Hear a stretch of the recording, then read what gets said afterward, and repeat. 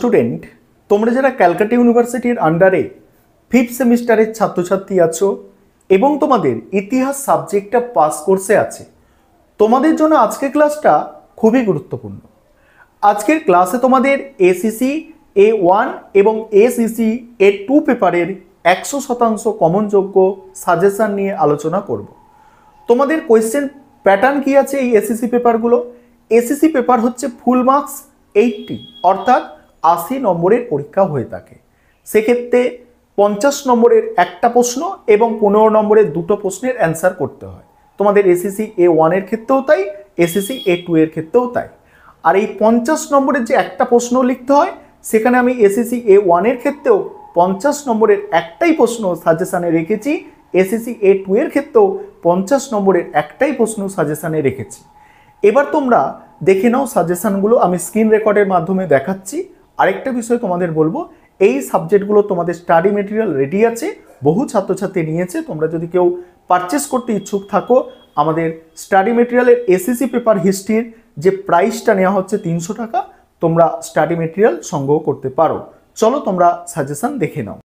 প্রথমে তোমরা ACC A1 পেপারের সাজেশানটা দেখে নাও। তোমাদের এই পেপারটা ফুল মার্কস হচ্ছে 80, অর্থাৎ 80 নম্বরের পরীক্ষা হবে। সেখানে 50 নম্বরের একটা প্রশ্নের অ্যান্সার দিতে হবে এবং 15 নম্বরের দুটো প্রশ্নের অ্যান্সার দিতে হবে। 50 নম্বরের এসিসি A1 পেপার থেকে একটাই প্রশ্ন রেখেছি। এই প্রশ্নটা তোমরা করলেই কমন পাবে। ভালো করে লিখে মুখস্থ করতে পারো এই প্রশ্নটা, কারণ একটা প্রশ্ন খুব ভালো করে তৈরি করে গেলেই কিন্তু সেখানে 50 নম্বরের একটা প্রশ্ন তুমি কমন পাচ্ছ। এমন লিখে আসবে যেন 40 মোটামুটি পেয়ে যাও, 40-42 পেয়ে যাও।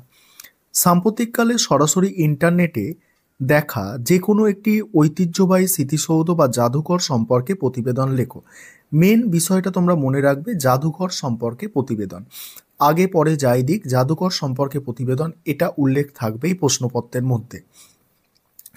তারপরে আছে কি 15 নম্বরের প্রশ্ন, যেখানে দুটো অ্যান্সার করতে হবে। এখানেও আমি খুব কম প্রশ্ন রেখেছি, দেখে নাও।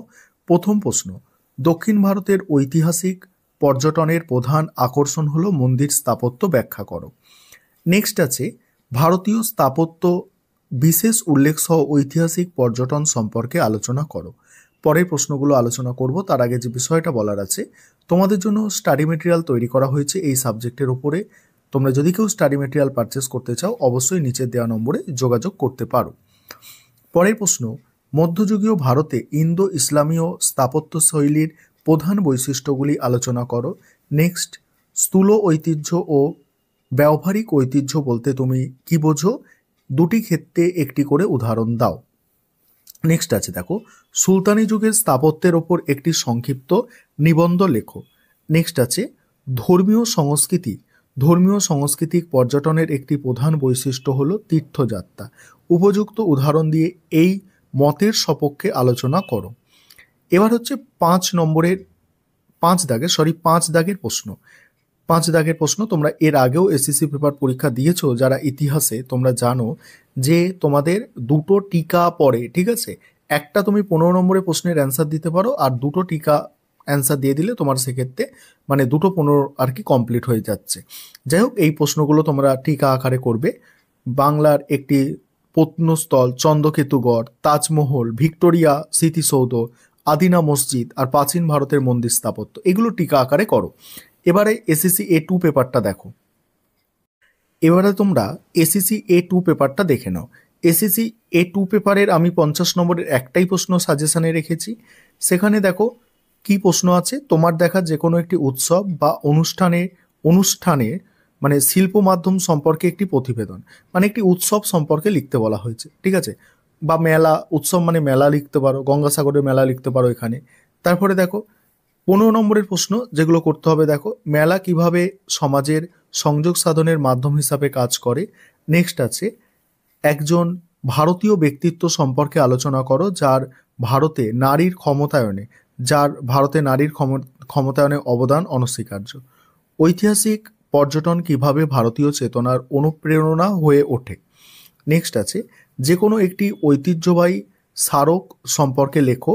নেক্সট, পরিবেশ সংরক্ষণের জন্য কি কি পদক্ষেপ নেওয়া উচিত বলে তুমি মনে করো।